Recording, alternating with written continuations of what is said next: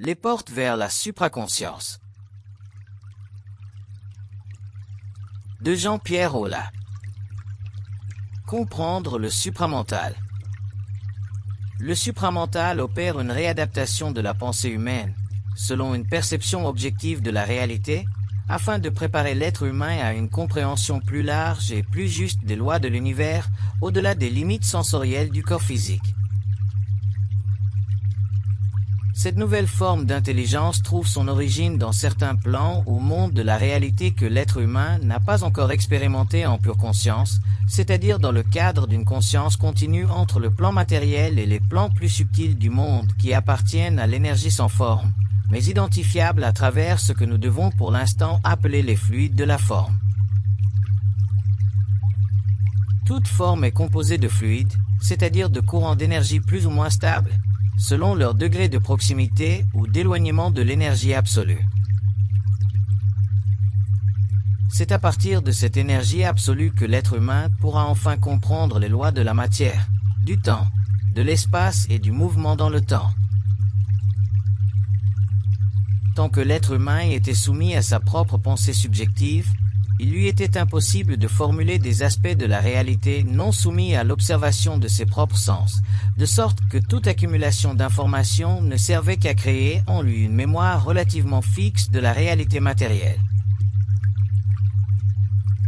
Au cours de l'évolution, cette mémoire est devenue de plus en plus figée, de sorte qu'aujourd'hui, la mémoire de l'être humain est devenue la mesure qu'il se donne pour comprendre tout ce qui se passe dans son expérience et qui peut lui être utile dans son expérience future. Mais l'expérience future de l'être humain n'est pas déterminée par la mémoire qu'il aura accumulée du passé, mais par une autre mémoire qui n'est pas personnelle mais plutôt universelle, de sorte que tout ce que l'être humain de demain saura lui viendra d'une mémoire instantanée à laquelle il est lié, mais à laquelle il n'a pas encore accès car sa pensée est encore fondée sur l'ancienne mémoire de son sang. C'est à cause de cette vieille mémoire, dont il a du mal à se libérer, que l'être humain a du mal à comprendre les choses qui se rattachent à la grande mémoire impersonnelle et universelle de sa conscience. Lorsque l'être humain sera libéré de son ancienne mémoire, la nouvelle commencera à émerger en lui et tout son savoir changera, tout comme sa vie psychologique. Car cette dernière ne sera plus liée au passé de la connaissance, mais au présent de sa nouvelle mémoire qui contient à la fois le passé et l'avenir dans un présent absolu, selon que l'on a accès à tel ou tel niveau de cette mémoire. Et plus l'être humain aura accès à la mémoire universelle, plus sa mémoire s'enrichira, car c'est seulement dans cette mémoire que tout est conservé et enregistré de manière parfaite.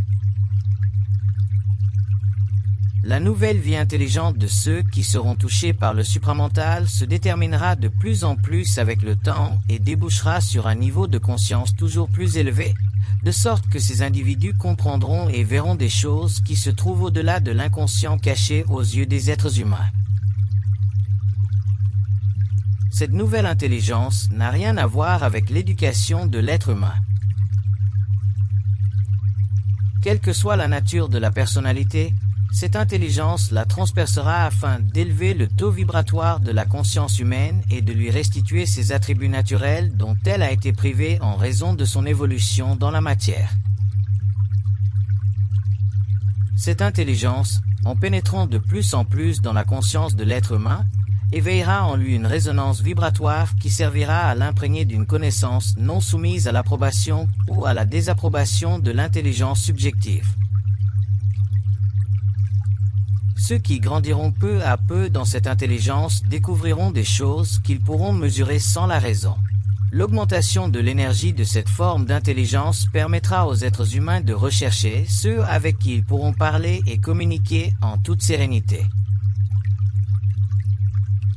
Ce processus créera une sorte de petit groupe humain dont l'énergie, en grandissant au fil des ans, influencera dans une certaine mesure d'autres individus sensibles à cette même énergie mais encore inconscients de son existence et de ses mécanismes. Ceux qui découvriront cette intelligence et apprendront à communiquer avec elle découvriront des aspects totalement nouveaux de leur propre psychologie et verront que leur nouvelle psychologie s'articulera autour de l'axe de cette intelligence selon le rythme auquel ils pourront la vivre. Cette énergie intelligente est en phase prépersonnelle. Les êtres humains qui en seront les porteurs seront contraints de se rendre compte, tôt ou tard, que leur intellect, leur mémoire, doivent progressivement céder la place à un nouveau mode de conscience créative. L'ego, pendant un certain temps, cherchant à se protéger face à la montée de plus en plus forte de cette colonne d'énergie, tentera par tous les moyens de se protéger psychologiquement à travers la spiritualité. Réaction normale pour l'ego qui, depuis si longtemps, a été enveloppé dans une forme ou une autre de spiritualité afin de développer en lui une plus grande sensibilité et une plus grande harmonie. Mais la pénétration de cette nouvelle énergie dans l'esprit de l'être humain contribuera à modifier la dimension psychologique de son savoir et à réorienter son évolution afin de lui permettre d'atteindre les civilisations les plus avancées qui parcourent depuis longtemps déjà le cosmos matériel et invisible dans le but de diffuser dans l'univers les liens qui unissent tous les êtres en évolution. La nouvelle intelligence de l'être humain se développera en lui progressivement, de la même manière que la maturité de son savoir subjectif se développe en lui. Avec le temps, cette intelligence s'enracinera dans l'humanité et la Terre sera une Terre nouvelle. Mais les individus qui seront les premiers à être influencés par cette nouvelle intelligence devront se réadapter à toutes les formes de connaissances qui font partie de leur mémoire passée, et cela constituera l'épreuve la plus difficile pour l'être humain, car ce dernier n'aura la pleine conscience de son être que lorsqu'il aura été suffisamment imprégné de cette nouvelle expérience. Il comprendra selon des modes de pensée qui seront pour lui vierges et nouveaux. Tant que l'être humain pourra supporter le poids de cette nouvelle intelligence en lui et ce qu'elle implique de nouveau dans la manière de son expression et de sa manifestation, il grandira. Cette nouvelle intelligence ne renverra toutefois à rien du passé. Elle contraindra l'être humain à ne vivre que dans le présent et lui permettra de connaître l'avenir à tel point que celui-ci ne lui sera plus caché, car l'avenir lui-même lui servira dans l'organisation psychique de son évolution, tant personnelle qu'évolutive. Ceux qui posséderont en eux le pouvoir de cette nouvelle intelligence comprendront pourquoi, dans le passé, il était impossible à l'être humain de dépasser les limites de la raison. Et pourquoi cette même raison, bien qu'essentielle à son évolution antérieure, ne servira-t-elle plus dans le nouveau cycle de vie? Tant que l'être humain se servait de la raison pour évoluer, il lui était possible de générer suffisamment de lumière pour intégrer sa vie mentale à sa vie biologique, afin que cette dernière devienne de plus en plus libre des formes d'expression inférieures liées à son corps animal. Au cours de la prochaine phase de l'évolution, l'intelligence de l'être humain servira à un plan lié au perfectionnement de son corps mental, ce qui générera sur la planète une forme de vie supérieure. Car l'être humain déchirera pour la première fois les voiles du secret de la matière et de l'esprit. Cette nouvelle intelligence permettra à l'être humain de travailler consciemment à l'évolution au lieu d'en subir les influences. L'intelligence de l'être humain sera si grande que personne d'autre sur la planète n'aura le contrôle de son évolution. Ce contrôle lui permettra d'évaluer la juste mesure de sa participation à cette évolution et de se rendre compte une fois pour toutes de son ampleur. Les êtres humains qui auront été touchés par cette nouvelle énergie ne pourront plus s'accorder aux basses vibrations de la planète. C'est pourquoi ils ressentiront une grande tristesse lorsque les premiers signes de confiance se manifesteront dans leur esprit. L'énergie émotionnelle qui leur procurait auparavant une joie de vivre subjective n'existera plus. L'être humain se sentira un peu seul dans sa peau, mais avec le temps, ce sentiment disparaîtra et il verra que son nouvel état est tout à fait naturel dans le contexte de l'intelligence universelle qui grandit en lui. La nature animale sera domptée et les traits de caractère qui marquaient auparavant sa personnalité disparaîtront pour laisser place à une autre personnalité. Une vraie, cette fois. Il n'est pas facile pour une race humaine de découvrir le fil qui doit la conduire à la racine d'une autre avec laquelle elle n'a aucune affinité, que ce soit par la culture ou par l'intelligence. De telles conditions exigent d'un groupe humain une réadaptation hors du commun. C'est pourquoi le nouvel être humain grandira progressivement et verra progressivement ce qu'il doit devenir. Sans cela, le choc serait trop grand et il ne pourrait pas le supporter. La Terre se trouve actuellement dans un champ énergétique suffisamment puissant pour faire tourner la planète sur son axe. Ce qui retarde ce changement provient de l'aide que l'être humain reçoit inconsciemment des forces supérieures pour lui permettre d'élever sa conscience avant que ne se produise sur Terre ce grand événement qui rendra l'être humain indépendant de la gravité. Mais les forces qui veillent à maintenir le statu quo dans la qualité de la vie biologique sur la planète ne peuvent conserver leur influence bénéfique que pendant un certain temps. Et c'est précisément cette limite de temps qui servira à éveiller la conscience du nouvel être humain. Une fois cette prise de conscience achevée, les événements cosmiques s'accéléreront sur Terre et celle-ci subira une transformation afin que l'être humain puisse la spiritualiser, c'est-à-dire en élever les vibrations et en contrôler l'évolution. L'effet de la nouvelle intelligence humaine sur Terre se fera sentir partout. La planète aura perdu les terribles traces de la destruction et l'humanité vivra en paix. Mais l'être humain doit être préparé à ces événements. C'est pourquoi son intelligence doit être élevée et sa pensée adaptée à un autre niveau de vibration. Ce renouveau vécu dans le temps individuel exige que les êtres humains traversent une période de détachement de leur mode de vie antérieur. C'est pourquoi peu d'entre eux auront la force intérieure nécessaire pour supporter le lourd fardeau de cette transformation interne. Toute nouvelle énergie qui pénètre dans la conscience d'une planète provient d'un niveau supérieur.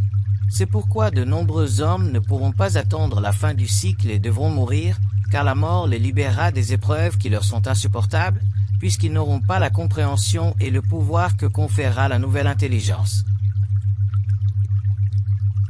Les êtres humains qui survivront à la nouvelle vague de conscience qui descendra sur la Terre seront les nouveaux enfants de la Terre. Ils libéreront la Terre et en feront un nouveau jardin où la beauté n'aura jamais eu d'égal dans le passé. La préparation du nouvel être humain ne se fera pas sans répercussion dans le monde, car beaucoup de ceux qui seront transmutés par cette nouvelle énergie ressentiront le besoin de faire connaître ce qu'ils auront acquis. Et cette communication éveillera d'autres hommes à une réalité qu'ils n'avaient jamais envisagée. Mais les forces de la nouvelle intelligence devront limiter leurs effets sur la psyché humaine, car celle-ci est dépourvue de ressources et faible. Ce n'est qu'après l'effondrement de l'ancienne vie que l'être humain sera autorisé à connaître la puissance totale de son intelligence supramentale. À partir de cette époque, les êtres humains seront effectivement les maîtres de leur planète. Quelle que soit l'ampleur de la tâche, ils auront le pouvoir de mettre en œuvre tout ce qui doit être fait pour faire de la Terre l'un des plus beaux et des plus grands globes de la galaxie.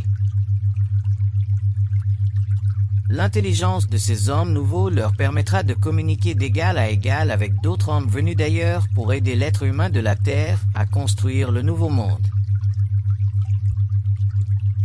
L'intelligence supramentale défie, par la nature même de son origine, la raison humaine. Elle provoque chez l'être humain des réactions de toutes sortes et ce sont précisément ces réactions qui doivent être tempérées avec le temps afin que la conscience de l'être humain puisse se manifester de manière continue, c'est-à-dire de manière suffisamment stable pour pouvoir générer sur le plan matériel une force créatrice qui soit constructive plutôt que destructrice. L'être humain est faible et la pénétration de cette énergie dans ses corps entraîne temporairement un recul de ses capacités naturelles. Il perd peu à peu des facultés qu'il a toujours considérées comme évidentes en lui-même et l'ego, en raison de cette perte qui n'est finalement rien d'autre qu'un remplacement, s'inquiète. Mais l'ego de l'être humain doit perdre quelque chose pour pouvoir grandir et dominer les forces dont il a toujours subi l'influence sans s'en rendre compte. L'intelligence supramentale n'appartient pas au domaine de l'être humain, mais au domaine de l'esprit dans l'être humain. Et l'être humain doit, s'il en est le réceptacle, apprendre à cohabiter avec elle au lieu d'essayer d'en comprendre les modalités de pénétration et de descente. Il ne lui appartient pas de rationaliser le parcours que la conscience supramentale entreprend pour descendre en lui, mais c'est sa tâche d'apprendre à cohabiter avec cette nouvelle intelligence, cette nouvelle confiance qui est le but de l'évolution sur Terre. Il ne s'agit pas pour l'être humain d'envisager une autre issue alors qu'il est lui-même celui qui doit véhiculer cette énergie. L'être humain a le pouvoir en lui. Lorsque ce pouvoir descend à son rythme, il l'absorbe avec le temps. Il apprend à vivre avec sans que sa vie ou celle des autres en soit bouleversée. Si l'être humain bouleverse la vie des autres lorsqu'il fait naître le pouvoir vibratoire de cette intelligence, c'est parce qu'il n'a pas encore développé le discernement nécessaire pour bien utiliser ce qu'il ressent intérieurement. Cela fait partie de son expérience. Avec le temps, tout se recoupera. Les êtres humains qui connaîtront cette nouvelle intelligence en eux-mêmes seront les premiers à se rendre compte que l'être humain d'hier ne peut plus cohabiter avec celui de demain. Car l'être humain d'hier ne sait pas où il va, d'où il ne vient ni où il se dirige.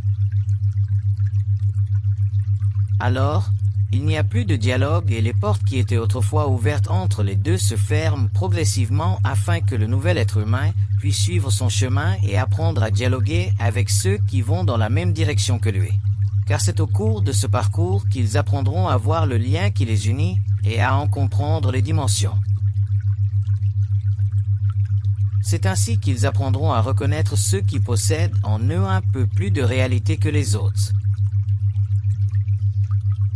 Et ce sont précisément ces derniers qui deviendront désormais leurs amis, leurs frères dans l'esprit.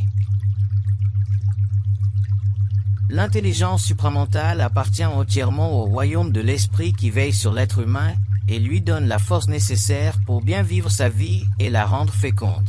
Une vie qui ne porte pas de fruits n'est pas une vie mais une existence. Et toute existence pèse émotionnellement sur l'être humain et diminue ses forces vitales et créatives qui font de la vie l'expérience la plus manifeste qui soit. La vie supramentale n'est pas une question de salaire, de succès ou de plaisir, mais plutôt une fusion plus ou moins profonde avec l'intelligence de l'esprit.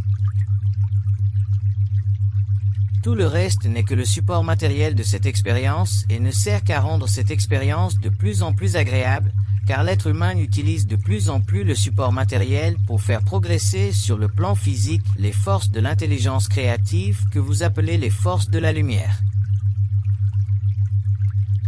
La pénétration de l'intelligence supramentale dans l'être humain est en soi la destruction des forces aérées dans sa vie, car il acquiert ainsi la capacité de se manifester uniquement dans le champ de cette intelligence qui se suffit à elle-même, balayant tout ce qui l'empêche de se réaliser pleinement dans la conscience de l'être humain et de la Terre. L'être humain est inquiet dans sa vie parce qu'il ne reconnaît pas le pouvoir de la vie intelligente en lui. Il oppose toujours et constamment ses émotions et sa subjectivité, de sorte que toute confrontation avec les forces vitales qui ne cessent d'agir se traduit par une certaine douleur jusqu'au jour où il a cru que toute la vie est sous le contrôle des forces intelligentes en lui qui ne demandent rien d'autre qu'à être rendues conscientes. Lorsque cette intelligence est enfin et totalement installée en lui, l'être humain ne souffre plus, car tout s'ouvre devant lui, tant sur le plan de la connaissance personnelle que sur celui de l'équilibre matériel. Mais cet équilibre ne peut venir que lorsqu'il a enfin accepté de se comporter comme un homme réel, c'est-à-dire comme un homme doté de toutes ses facultés. Tant que l'être humain obéit aux réactions basses de sa conscience astrale, de son corps de désir déformé, il lui est impossible de suivre la trajectoire inscrite en lui et qui lui dicte le chemin de son évolution. Il se retrouve donc désarmé face à la multitude d'obstacles qui barrent son chemin et qu'il a lui-même contribué à ériger en raison de son ignorance qui défie constamment les lois de l'intelligence créatrice. L'être humain croit avoir le droit de renaître, mais il ne se rend pas compte qu'il n'a pas le droit d'accéder à cette renaissance selon les principes que son ego malade et aveugle voudrait lui faire croire. Ce n'est pas l'être humain qui est lumière, mais est l'intelligence créative en lui qui est enfouie sous les amoncellements d'illusions qui en réduisent l'ardeur et la puissance. Ainsi, à mesure que le nouvel être humain commence à se voir différemment, c'est-à-dire de manière à pouvoir enfin corriger ce qu'il croyait être la règle du jeu, il commence à comprendre le vrai sens de la vie supramentale en lui. Son expérience devient alors différente. Il n'est plus nécessaire de lui imposer une souffrance dont il a dépassé la nécessité de vivre en raison de son manque de vision et de lucidité mentale. Son expérience devient alors la manière dont se manifeste l'intelligence supramentale en lui. Le jeu de la vie n'est plus le même. La vie n'est plus la même. Il lui apparaît alors que sa vie antérieure n'était qu'une étape nécessaire, mais pénible avant qu'il puisse en venir à voir les choses telles qu'il les voit. Mais la vie de la conscience supramentale est bien plus vaste que ne peut l'imaginer l'être humain conscientisé, car l'être humain n'entre dans la vie que lorsque les événements de la vie le lui imposent.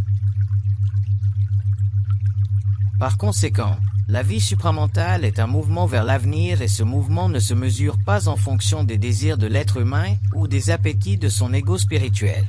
L'être humain est un canal et ce canal conscientisé permet à l'énergie de l'intelligence de construire, sur les plans où elle entreprend l'élévation de nouvelles formes.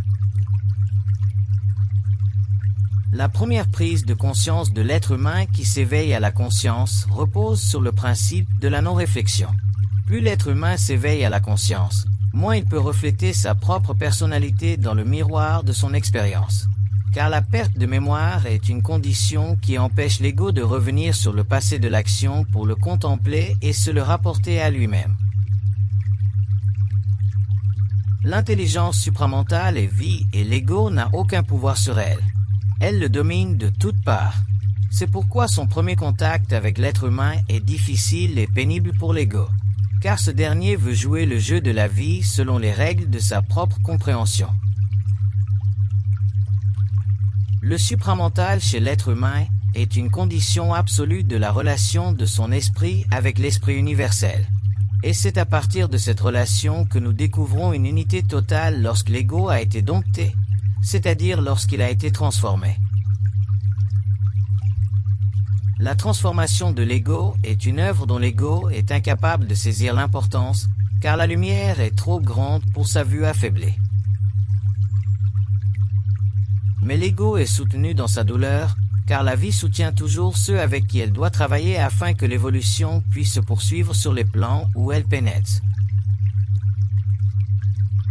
La plus grande difficulté de l'ego réside dans son attachement aux anciennes formes qui ont servi sa vie antérieure. Et c'est précisément là que se déroulera la lutte entre le supramental et le mental inférieur de l'être humain. Les forces de la lumière connaissent parfaitement l'être humain, mais celui-ci, malgré lui, ne peut laisser ses forces pénétrer ouvertement en lui, car elles sont trop grandes pour lui. Les forces mettent donc du temps à pénétrer l'être humain. Avec le temps, l'ego aura vécu de multiples expériences qui lui auront confirmé le nouvel état dans lequel il se trouve et tout sera alors normal et naturel pour lui. Avec le recul, la période de transition n'aura été qu'un mauvais rêve dont il sera sorti sain, sauf et libre. Le nouvel être humain ne peut pas se rendre compte qu'il est nouveau, car il n'a pas encore vu l'avenir de sa race. En raison de cette expérience qui lui manque, son attitude envers ce qui lui arrive n'est pas toujours positive, car sa souffrance lui fait renier malgré lui les bienfaits de sa nouvelle conscience. Mais avec le temps, il surmonte cet état de souffrance et se rend compte qu'il est en réalité un être dont la vision intérieure ne coïncide plus avec celle de l'humanité inconsciente. C'est alors qu'il se rapproche de lui-même et apprend à se voir sous un jour différent grâce à un esprit renouvelé. Le supramental ne se comprend pas. Le supramental est une force de l'esprit chez l'être humain. Il est inutile d'essayer de le comprendre. Tant que nous essayons de le comprendre, il nous est refusé. L'énergie du supramental est une vibration qui pénètre l'esprit de l'être humain et élève la lumière dont cet esprit se sert pour comprendre le vaste panorama de l'existence. Le supramental et sa descente sur le plan matériel constituent un nouvel état de l'esprit de l'être humain et représentent également un nouvel état de la vie sur Terre. Tant que nous cherchons à comprendre pourquoi le supramental agit d'une manière ou d'une autre, il nous est impossible de saisir les raisons qui se cachent derrière la conscience supramentale pénétrante. Le supramental agit toujours pour des raisons qui restent indéfinissables pour l'être humain tant qu'il n'a pas suffisamment de conscience pour voir clairement ce qui se passe en lui et l'œuvre qui se forme progressivement au sein de sa conscience personnelle. Ceux qui seront touchés par le supramental au fil des ans verront que cette force, cette intelligence, ne provient pas d'eux-mêmes et que les conditions de sa pénétration doivent être vécues selon la manière propre à chacun. Aucun homme ne réagit de la même manière. La pensée est l'un des phénomènes les plus incompris de l'homme. Le phénomène de la pensée est tellement occulte et soumis au développement de la psychologie de l'ego. Il n'est pas surprenant que l'être humain souffre à cause de ses propres pensées, car celles-ci déterminent la relation plus ou moins parfaite qu'il entretient avec un autre niveau de sa propre conscience, dont il n'a pas encore compris les mécanismes. La pensée humaine, dans son aspect le plus fondamental, intervient dans la vie mentale de l'être humain et le conditionne à certaines expériences qui le rendent de plus en plus dépendant d'une forme d'intelligence que nous appelons intelligence absolue. Mais l'intelligence que nous connaissons n'est pas nécessairement de l'intelligence. Et c'est pour cette raison que nous devons étudier les mécanismes de la pensée afin de bien les connaître et d'en tirer profit, plutôt que d'en être esclaves et de simples témoins. Tant que la pensée supramentale n'était pas présente sur le plan de l'expérience de l'être humain, il était difficile pour ce dernier de connaître les limites de sa propre pensée subjective, car celle-ci détermine les limites de son savoir. Mais dès que la pensée supramentale apparaît sur le globe, il devient possible pour l'être humain d'entrevoir des possibilités de compréhension de la réalité tant visible qu'invisible. Comme la pensée, dans son contenu réel, ne définit pas la réalité selon les normes de la pensée subjective, il devient évident pour l'être humain rationnel qu'il s'agit d'une pensée dont l'origine n'est pas de son domaine mais du domaine du nouvel être humain, c'est-à-dire de l'être humain dont la psychologie s'élève progressivement au-dessus de la psychologie des peuples et des nations. À partir de ce moment, la pensée supramentale commence à jouer un rôle important dans la définition de la réalité, car elle n'est pas soumise aux règles du jeu établies de longue date par la pensée subjective. Mais alors se pose le problème de la parfaite compréhension de la pensée supramentale, c'est-à-dire le problème psychologique soulevé par cette nouvelle forme de pensée qui doit transporter l'être humain vers les sommets les plus élevés de la connaissance, en même temps, élever son esprit au-dessus de l'esprit de tous. Tant que l'être humain s'attribue personnellement l'origine de la pensée, il lui est impossible de discuter de la valeur de sa propre pensée, car celle-ci semble provenir de lui et se conformer aux valeurs qu'il a faites siennes au cours de son expérience. Mais dès qu'il se rend compte que toute forme de valeur ou d'information ne provient plus de lui, mais d'un niveau supérieur à lui, il se retrouve face à une grande naïveté, c'est-à-dire que son expérience de cette nouvelle forme de pensée doit s'affiner pour qu'il puisse en tirer profit plutôt qu'en souffrir. Mais tirer profit de la nouvelle pensée n'est pas facile car l'être humain n'a pas encore découvert les illusions de cette communication. Non pas parce que cette dernière n'est pas réelle, mais parce qu'elle est réglée sur un taux de vibration qui n'est pas encore suffisant dans sa nouvelle expérience. Par conséquent, l'être humain, au début de son expérience, se trouve plongé dans le dilemme de découvrir la pensée véritable, en même temps, contraint de se rendre compte qu'il ne peut pas toujours s'y fier. Pourquoi?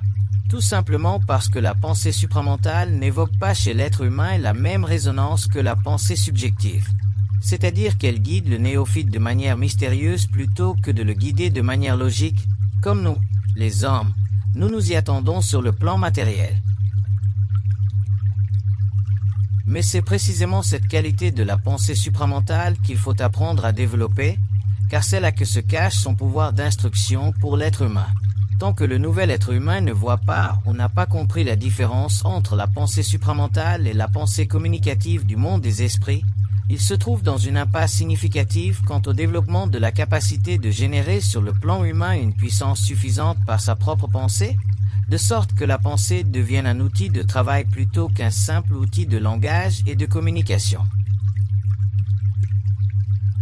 Tant que le nouvel être humain n'aura pas compris que toute pensée communicative avec le monde des esprits est une pensée temporelle, il lui sera impossible de réaliser l'avenir et les dimensions profondes du savoir, car ce dernier se situe en dehors du temps de l'être humain et du temps du monde des esprits.